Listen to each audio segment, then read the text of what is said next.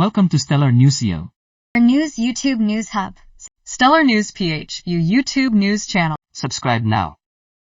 Dito sa Stellar Network ay siguradong updated ka sa showbiz news at iba pa. Kaya kung first time mo dito ay mag-subscribe ka na. Sa kauna-unahang pagkakataon, si Vice Ganda ay nanalo ng isang prestihiyosong award sa Metro Manila Film Festival, MMFF, 2024, at ito ay isang malaking milestone sa kanyang karera. Pinarangalan siya ng isang espesyal na jury citation para sa kanyang natatanging pagganap sa pelikulang And the Breadwinner Is. Halata sa mukha ni Vice ang pagkagulat at kaligayahan nang tawagin ang kanyang pangalan ni Dennis Trillo at Lorna Tolentino, ang mga presenters ng gabi. Hindi maitatanggi na isang memorable moment ito para kay Vice dahil hindi niya inaasahan ang naturang pagkilala mula sa mga hurado ng MMFF. Pagdating ni Vice sa entablado, hindi siya agad nag-speech.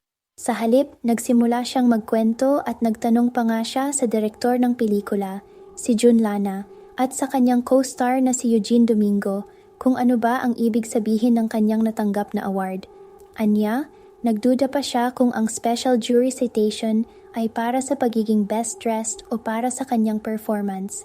Ipinahayag niyang hindi siya sigurado kung ito ba ay recognition para sa kanyang hitsura o ang kanyang pagganap bilang isang aktor.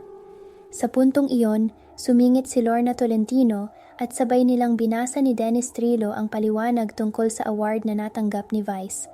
Nakapaloob sa kanilang cue card ang detalyadong paliwanag ng hurado kung bakit siya ang napili para sa special jury citation. Nang mabasa nila ang paliwanag, malinaw na naipaliwanag kay Vice na ang espesyal na parangal ay ibinibigay dahil sa kanyang kahangahangang pagganap sa pelikula at hindi lang dahil sa kanyang style o presentasyon. Dahil dito, nagpasalamat si Vice at ibinahagi ang kanyang kasiyahan sa pagkakaroon ng pagkakataong makapagkwento tungkol sa kanyang karanasan sa paggawa ng pelikula. Hindi na napigilan ni Vice ang magpasalamat sa mga hurado at inamin na ito ang kanyang unang pagkakataon na manalo ng award sa MMFF kahit na siya ay ilang beses nang naging bida sa mga nakaraang film festival. Ibinahagi niyang ito ay isang malaking achievement para sa kanya dahil sa kabila ng pagiging kilala at matagumpay na komedyante, ang kanyang kakayahan bilang aktor ay napansin din ng mga eksperto sa industriya ng pelikula.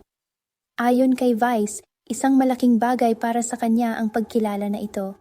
Pagkatapos ng kanyang pasasalamat, dinedicate ni Vice ang kanyang award sa mga kasama niyang nagtulungan sa paggawa ng pelikula, lalo na sa direktor na si Jun Lana. Inilahad ni Vice na si Jun ang nagbigay sa kanya ng guidance at support sa paggawa ng comedy-drama film na ito, kaya't malaki ang kanyang utang na loob sa direktor. Binanggit din ni Vice ang kanyang co-star na si Eugene Domingo, na ayon sa kanya ay deserving na manalo ng award o kahit manominate bilang Best Supporting Actress dahil sa kanyang mahusay na pagganap. Ipinahayag din ni Vice ang kanyang pasasalamat kay Maris Racal, Gladys Reyes at Malu Guzman bilang pagpapakita ng kanyang suporta at pagkakaroon ng malasakit sa mga tao sa kanyang paligid. Nagpasalamat din si Vice sa ABS-CBN, ang network na naging daan para sa kanyang tagumpay at mga oportunidad sa industriya ng pelikula. Ayon kay Vice, bagamat alam niya na patuloy pa ring nahaharap ang kumpanya sa mga pagsubok, lalo na sa isyu ng prangkisa, walang nakapagpapigil sa kanya upang magpasalamat sa ABS-CBN sa patuloy nilang pagtangkilik at pagbibigay ng suporta sa kanyang karera.